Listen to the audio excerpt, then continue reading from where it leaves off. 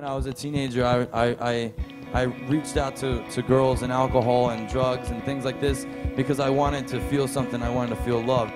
I started playing music at the age of 17, and I was like, that's what I want. I'm gonna work to get this respect in my life. And I started doing it, and people came to me. People loved my music. I was using my energy for wrong. I wasn't doing the right thing with it. And I feel like now that I look back, I think God was like, man, this close. You're this close to doing what you needed to do. My band ended up breaking up, and I was depressed. And I left my mom's home in Columbia, South Carolina. I lived with my buddy, and I was a painter. I'd wake up at 4 in the morning, and I'd paint till 4 or 5 in the afternoon. But I would come home, and I would get depressed because I didn't have my band. I'd start drinking, and I started living this routine, and I just saw myself getting eaten away because I felt no love, no respect. I was painting a house, and I walked outside for a cigarette. I looked up to God, and I was like, God, I don't have family. I don't have love. I don't have respect for myself. I don't have anything.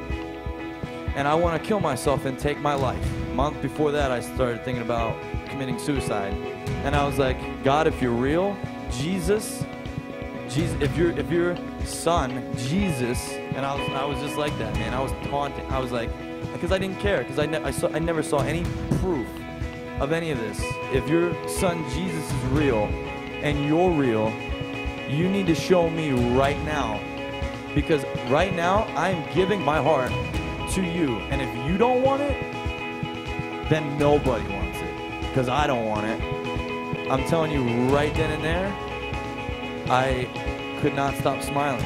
You finally became a real man and looked to your Creator and said, here I am, take me.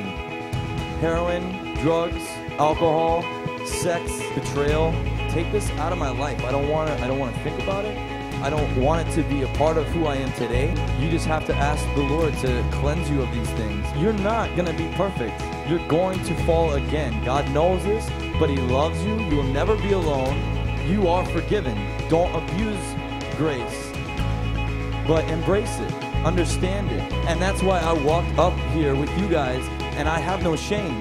Because God has taken that all away from me, and I'm a brand new human being with new desires, God's desires, and God's love.